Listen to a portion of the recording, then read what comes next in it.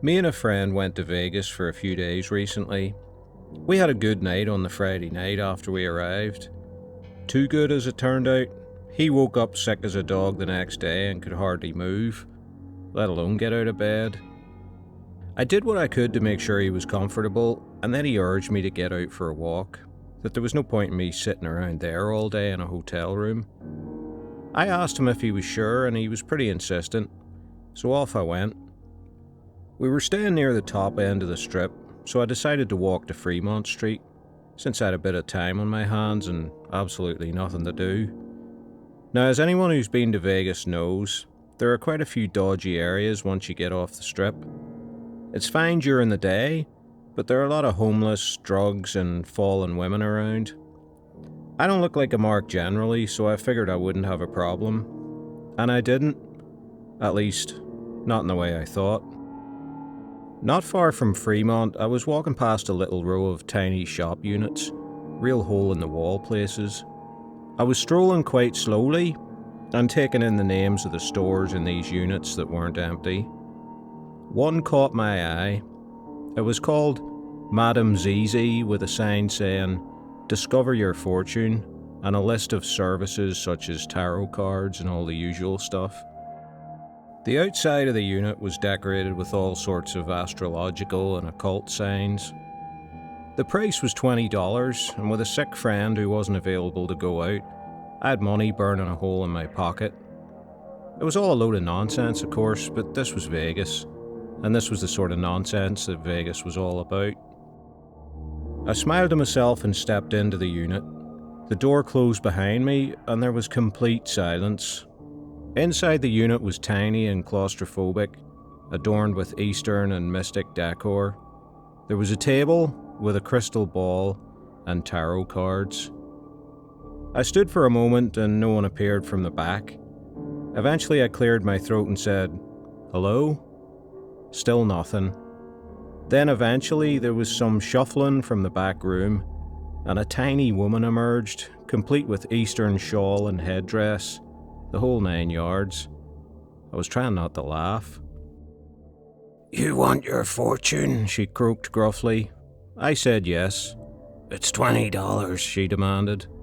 I handed it over, and we sat down at the table to get started.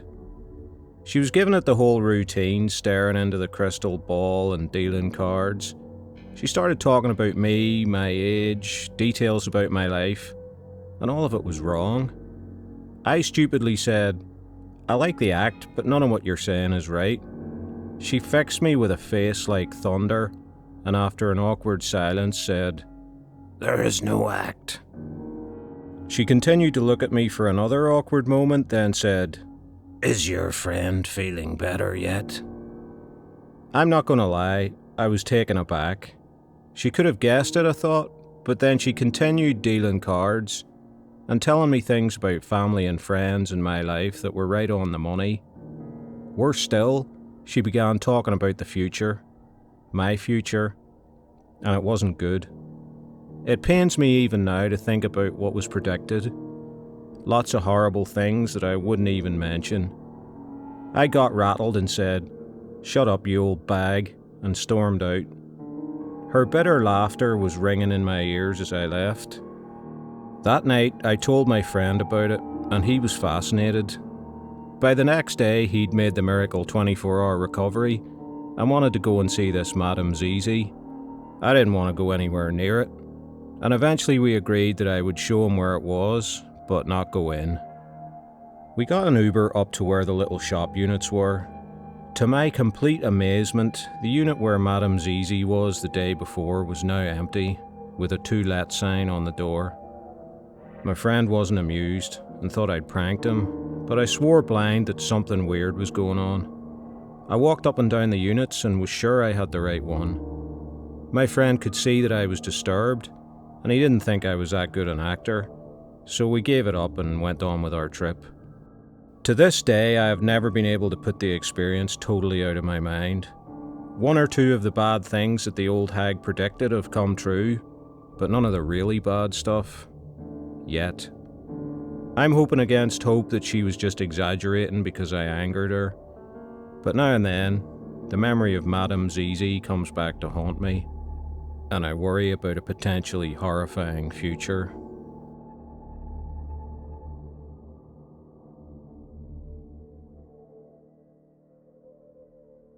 I recently had to go to Las Vegas for work, some meetings and a conference which was taking place related to the industry I worked in. I wasn't too happy about it, because I'd never been too fond of Vegas. I wasn't a gambler, and if I wanted to go away for a fun weekend, I would always choose LA or Miami over Vegas. Plus, I was on my own. The conference and the meetings were as tedious as I expected them to be. That left me with time on my hands in the evening, and a bit of a dilemma. Nothing on the Strip appealed to me, but I also didn't want to be sitting in a hotel room in the evening for a couple of nights. Strolling around in the hotel lobby on the first evening, I noticed a hotel bar. It was one of those plastic Irish places with a folky Irish band on, but it looked like everyone was having a lot of fun. The next night was a Friday, so I decided then and there that I'd try it then. I went into the place about 7 p.m, and the band was in full swing. There were a number of people around, but by no means full. I had a couple of drinks, and as time went on, the place started to fill up a bit more. I was enjoying the music and the atmosphere and chatting now and then to people at the bar. It was getting more full now, and these two dudes were standing beside me. They were a little eccentrically dressed, which is not unusual in Vegas, of course, and one of them had a handlebar moustache. They started talking to me, and the guy with the handlebar moustache started talking about sports. Out of the blue, he squeezed my upper arm and said, "You look like you play sports, do you?" I was very uncomfortable and said, not really, not anymore. I'm very liberal about all that stuff, but I'm not that way inclined either, so I didn't want anyone getting the wrong idea. I turned away and tried to give the impression that I was done talking. I ordered another drink and sat it beside me while I watched the band and clapped along. The handlebar moustache guy was still trying to talk to me, and I got fed up and walked away towards the crowd that had gathered next to the band. I was enjoying myself there for a few minutes, only for this guy to suddenly appear at my shoulder again. I was getting pretty annoyed now. He said to me, "What happens now?" I said, "What?" He repeated, "What happens now?" I said, "Nothing. Now get lost." I turned to walk away, but as I did so, my legs started feeling very weird. At the same time, my head was starting to get a little cloudy. The guy said to me, "I'll help you," and I told him to F off. It must have been quite loud because some people in the immediate vicinity noticed the commotion, and the guy backed off. I stumbled out of the bar as quickly as I could and towards the elevator up to my room. Everything was getting really slow motion, and my legs were barely responding to commands. At one point, I turned around and saw the creep walking along behind me again, following me. I tried to yell at him to F off again. I'm not sure how it came out, but people were looking around again and the guy backed off. By now I'd got to the elevator and showed my room key to the security guy. He probably just thought I was really drunk, which was common there, of course. Thank God the elevator came quickly. I'm not even sure how I found my room, but I have a vague memory of locking the door and crashing out. That was it for me. I woke up the next morning with an almighty headache and still very woozy, and had trouble moving around.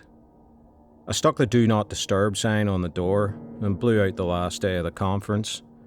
I was feeling pretty bad, but decided against getting any medical attention as I was slowly improving. I also decided not to take the matter any further, even though I was angry. All I wanted to do was get straight and get home. For all I know, the creeps weren't even staying at this hotel. I was straightened out the next morning and was so glad to fly home. All I can say is, man or woman, watch your drinks at all times. Don't even turn your back for a second, especially in a place like Las Vegas.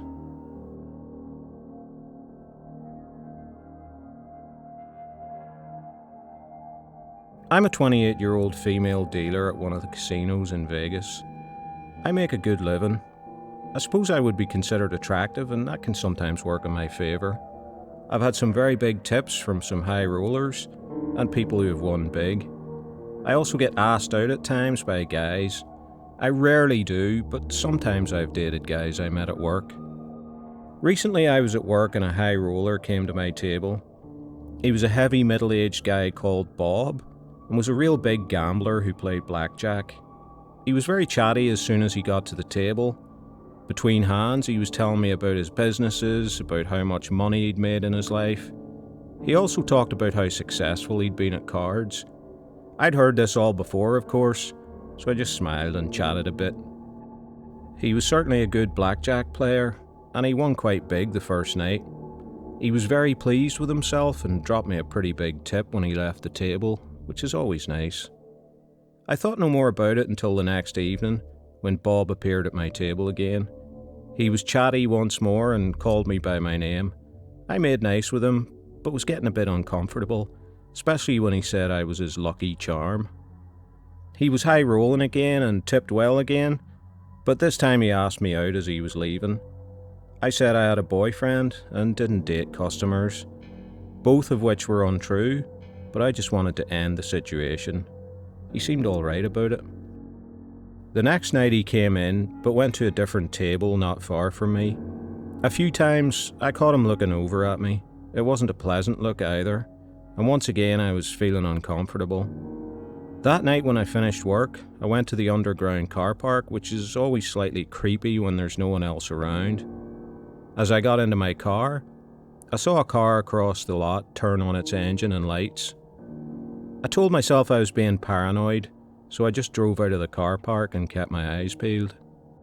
The car followed me out and followed me onto the highway as I headed for my place in Henderson. I was starting to get a little scared and contemplated phoning a friend to see what I should do, or even calling the police. The car was still there as I pulled up to my townhouse complex. I parked up and dashed across the lot to my door. When I looked back, I saw the car was at the curb outside the complex. As soon as I got to my door, it slowly pulled away. I realised I'd been stupid, and if I was being followed, that person now knew where I lived.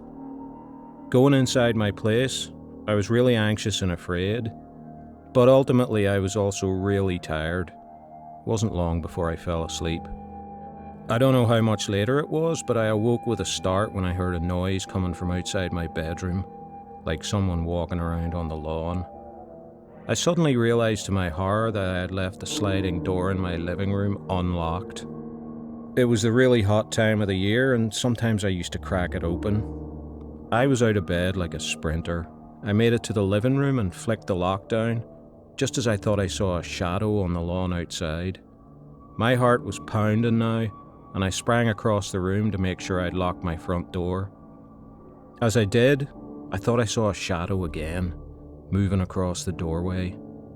I dare not open the door to check, but stayed peering out through a crack in the curtains, wondering if I should call the police. It was early morning light now, and I saw a car that looked like the one from earlier drive quickly across the car park and onto the highway. The gathering daylight made me feel a little better, and I was able to get back to bed and sleep a little. When I got into work that night, I went to my supervisor and told him the story about Bob, and then being followed home by someone. He was very understanding and said he would take it up with security and keep an eye out for Bob and see if he was stalking me. As it turned out, Bob didn't come around again, at least as far as they knew. I had a difficult couple of weeks being paranoid and looking over my shoulder, but nothing happened. I'm finishing at the table soon and heading back to my home state. I've made enough money and I'm having a career change and going back into full-time education. But for a little while longer, I'll still have to be on my guard and on the lookout for anyone following me home.